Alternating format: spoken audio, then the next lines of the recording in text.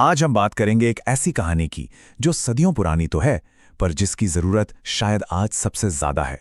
ये कहानी है चाणक्य की, और उस एक पल की जब सत्ता और सच दोनों एक दूसरे के सामने आ खड़े हुए थे। तो ये कहानी शुरू होती है एक बहुत ही सीधे और जरूरी सवाल से। सोचिए, अगर सिस्टम ही गलत रास्ते पर चल पड़े तो एक आम इंसान का कर्तव्य क्या है? क्या उसे सब कुछ चुपचाप देखते रहना चाहिए या फिर आवाज उठानी चाहिए? चलिए चलते हैं मगध की राजधानी पाटलिपुत्र। यहाँ नंदवंश का राज था, और उसी राज में एक ईमानदार मंत्री ने कुछ ऐसा कर दिया जिसकी उस दौर में कोई हिम्मत भी नहीं कर सकता था। उसने भ्रष्ट हो चुकी सत्ता को सीधी चुनौती दे दी। वो थे महामंत्री शक्टार। उनसे राज्य में फैला भ्रष्टाचार और देखा नहीं गया। उन्होंने इसके खिलाफ आवाज उठाई, और जानते हैं उन्हें इनाम में क्या मिला? कारावास। सीधी सी बात है, सत्ता को ना सुनना पसंद नहीं था, और जवाब हमेशा की तरह जोर जबरदस्ती से दिया गया। जरा शक्टार की जगह खुद को रखकर देखिए। एक तरफ उनकी अंतरात्मा थी जो कह रही थी कि ये गलत है, चुप मत रहो, और दूसरी तरफ एक कड़वी हकीकत थी कि एक अकेला इंसान इतनी बड़ी, इतनी ताकतवर सत्ता से आखिर लड़ेगा कैसे। तो जब महामंत्री जेल में थे और चारों तरफ डर का माहौल था, समाज में एक खामोशी छा गई थी, तब उसी खामोशी को तोड़ने के लिए एक शिक्षक ने बोलने का फैसला किया। और वो आचार्य थे, चाणक्य। वो समझ गए थे कि अगर आज सब चुप रह गए तो ये चुप्पी ही मगध की तकदीर बन जाएगी। ये आवाज सिर्फ एक इंसान की नहीं थी, ये पूरे समाज के ज़मीर को जगाने की एक पुकार थी। अब देखिए चाणक्य का तरीका कितना अलग था।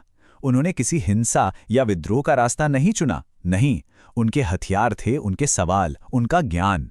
उनका प्लान सिंपल था, सोए हुए लोगों को जगाओ, उनसे सच के लिए सवाल पूछो, और धर्म यानी जो सही है उसकी रक्षा करो। और चाणक्य के सवाल बहुत सीधे और चुभने वाले थे। उन्होंने पूछा, एक महामंत्री को जेल में क्यों डाला गया है? अगर राज्य का इतना बड़ा मंत्री ही सुरक्षित नहीं है, तो आम लोग इस सिस्टम पर भरोसा कैसे करें? क्या हम अपनी अगली पीढ़ी को ऐसा ही मगध देना चाहते हैं? और बस यहीं से शुरू होता है असली टकराव। एक तरफ थी राज्य की बेहिसाब ताकत, और दूसरी तरफ एक अकेला आचार्य और उसका सच। ये लड़ाई थी दो अलग अलग ताकतों की।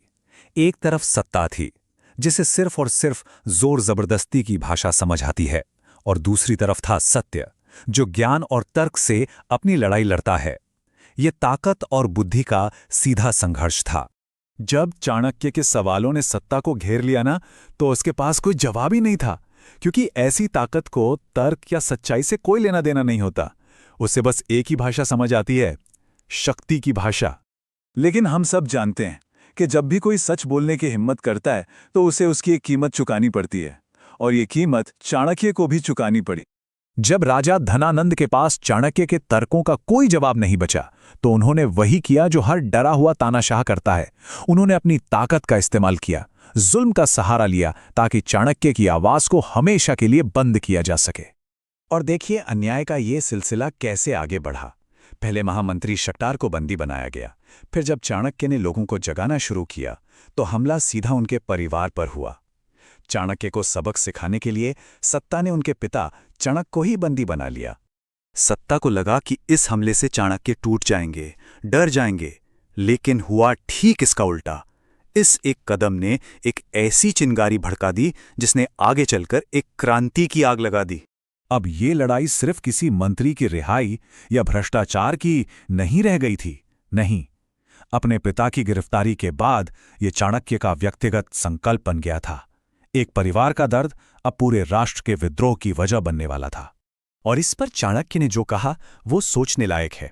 उन्होंने कहा, मेरा पिता तो मेरे दिल में है, मेरे खून के हर कतरे में है, वो मर ही नहीं सकता। मतलब साफ था, तुम मेरे पिता के शरीर को कैद कर सकते हो, पर उनके विचारों को नहीं। वो मेरे अंदर हमेशा जिंदा रहेंगे। और इस मुश्किल वक्त में सिर्फ चाणक्य नहीं, बल्कि उनका पूरा परिवार एक चट्टान की तरह खड़ा रहा। उनकी मां ने अपने पति की जान की भीख मांगने से साफ इनकार कर दिया, और बेटे ने कसम खाई कि वो अपने पिता की विरासत यानी सच की इस लड़ाई को जिंदा रखेगा।